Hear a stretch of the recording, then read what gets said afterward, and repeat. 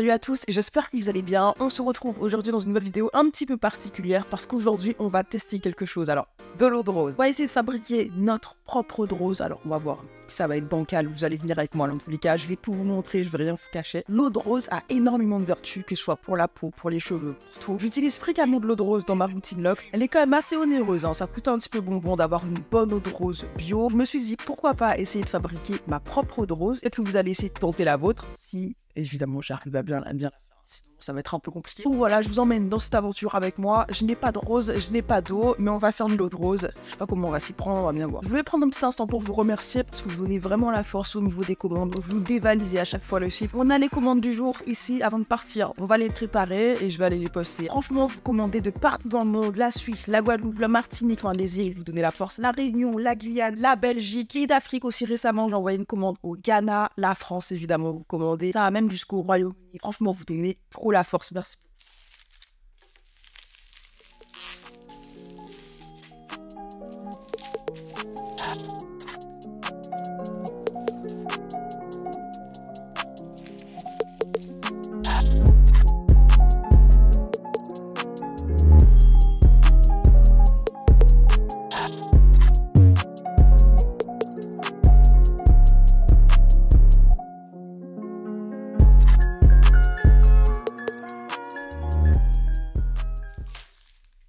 Et voilà, les commandes du jour sont prêtes à être envoyées. Et on va voir où est-ce qu'on peut trouver des roses. Allez, c'est parti, les commandes sont prêtes, on va aller les envoyer. On n'oublie pas le premier objectif, trouver des roses. L'eau, je pense qu'on en a déjà.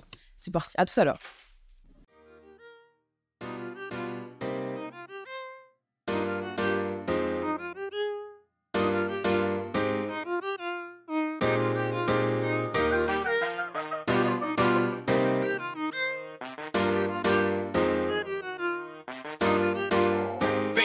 Entertainment.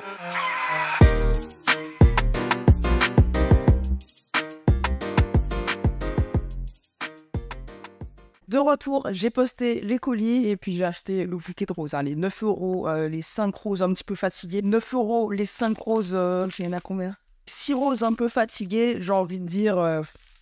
Bon, je sais pas si elles paraissent fatiguées comme ça à l'écran, mais bon.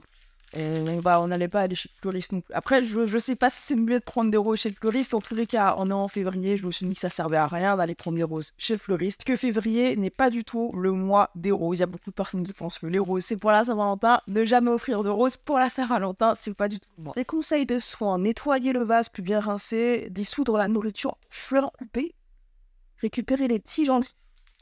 Oula, ça me paraît un peu... On va aller faire bouillir ça, on va bien nettoyer les roses et puis on va aller les faire bouillir. Il faut que je regarde comment faire de l'eau de rose. J'ai juste vu quelques petits tutoriels sur internet où ils faisaient bouillir de l'eau, mais je n'ai aucune idée concernant la conservation. Combien de temps faut laisser bouillir, combien de temps faut laisser poser, alors on va regarder ça ensemble. Là, je pense qu'on est peut-être confronté au premier problème. On est peut-être confronté au premier problème. Il faudrait apparemment de l'eau distillée. De l'eau distillée. Alors il y a une différence entre l'eau normale et l'eau distillée. L'eau distillée serait une eau très pure. Je vais regarder comment faire de l'eau distillée à la maison. Je vais regarder un tuto. Bouillir de l'eau pour qu'elle se transforme en vapeur. Laisser la vapeur se condenser pour retourner à l'état liquide.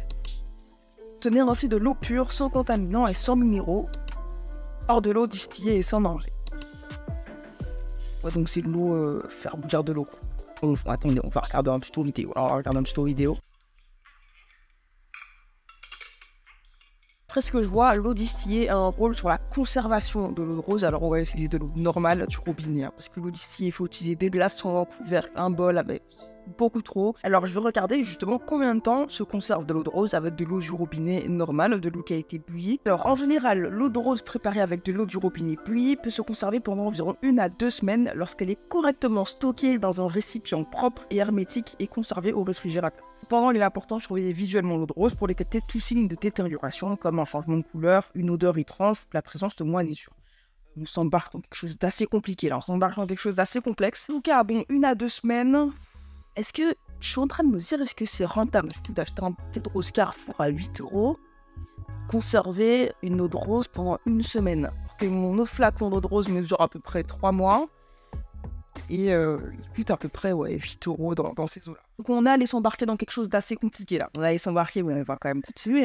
C'est parti. On va aller fabriquer ça. Qu'est-ce que vous voulez que je vous dise? Walter White. Walter White ici. Première étape, on va aller laver les roses, on va les laver correctement parce que je pense pas que ce soit de super bonnes roses. Alors pour être sincère, je ne pense pas que ce soit un produit que je vais utiliser dans mes locks. À partir du moment où on a parlé de bactéries, sur ma peau en vrai, on verra bien la couleur de l'eau après, on verra bien.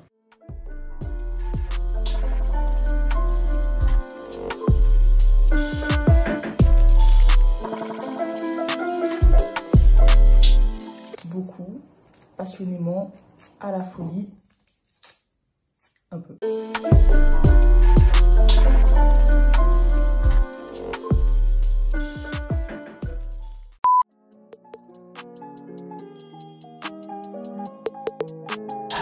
Donc pour la cuisson, faire bouillir pendant quelques minutes, puis laisser revenir à feu doux pendant une trentaine de minutes. Donc là, les roses, elles sont déjà en train de bien bouillir. Ça sent très très bon d'ailleurs, hein. Je m'attendais pas à ça. Et maintenant, on va diminuer le feu. C'est parti, on va mettre à 1 pendant à peu près 30 minutes. Il est quelle heure? Il est 13h05, allez 13h35, je vous reprends. On dirait vraiment des chips. En tout cas, on laisse à feu doux, il manque quelques minutes et après, on laisse reposer toute la nuit. J'ai vraiment hâte de vous retrouver demain pour le résultat, voir comment est-ce que ce sera une fois que ça aura posé toute la nuit. Normalement, après avoir laissé poser la nuit, on aura juste à filtrer l'eau. Vous voyez que je suis un petit peu sceptique par rapport au résultat. Ne reproduisez pas cette expérience, du moins faites-le correctement. Avec si possible des roses que vous avez dans votre jardin, des roses bio, des roses non traitées, hein, pas des roses du Carrefour. Faites-le également avec une eau distillée et pas forcément l'eau du robinet, même si c'est possible, mais c'est moins bien et ça dure moins longtemps. Donc voilà, 30 minutes sont passées, on va couper le feu et on se retrouve demain pour voir ce que ça donne. Je vous retrouve le lendemain matin. Bon, matin, c'est un grand mot, il est 13h45. On va aller voir le résultat. J'ai vu un petit peu, ça m'a l'air un petit peu bancal, hein, cette histoire. Je pense pas mettre ça dans mes cheveux, mais juste avant de vous montrer à quoi ça ressemble, je vais vous partager les bénéfices à utiliser de l'eau de rose. Peut-être pas celle-ci, mais de l'eau de rose que vous pourrez acheter dans un magasin spécialisé, un magasin bio par exemple. Donc l'eau de rose est un excellent hydratant naturel qui aide à maintenir l'hydratation des cheveux et de la peau. Donc franchement, c'est ce que je vaporise quotidiennement dans mes locks. Ça favorise la souplesse et également la douceur des cheveux. L'eau de rose apaise également la peau, elle a des propriétés anti-inflammatoires et elle aide à calmer les irritations cutanées, les rougeurs et les démangeaisons par exemple. C'est aussi un antioxydant qui aide à maintenir la jeunesse de la peau. Quatrième point positif, elle aide à l'équilibre du pH, donc pour avoir une barrière cutanée forte et résistante. Cinquième point, elle peut également être utilisée comme un tonique doux pour nettoyer la peau en douceur. Sixième et avant-dernier point, elle peut être utilisée comme revitalisant capillaire, réduire les démangeaisons, apporter une brillance naturelle aux cheveux. Et septième point, elle a un parfum naturel, donc ça sent très bon, hein, l'eau de rose. Maintenant qu'on a tous les points positifs, place au résultat. On va aller extraire les roses pour en garder uniquement l'eau et on verra ce qu'on en fera par la suite. Donc vous voyez, j'ai l'impression qu'elle est un petit peu brunie et qu'elle est un petit peu épaisse, hein. Comme si les roses avaient bien pris. Allez, on va utiliser un tamis, c'est parti.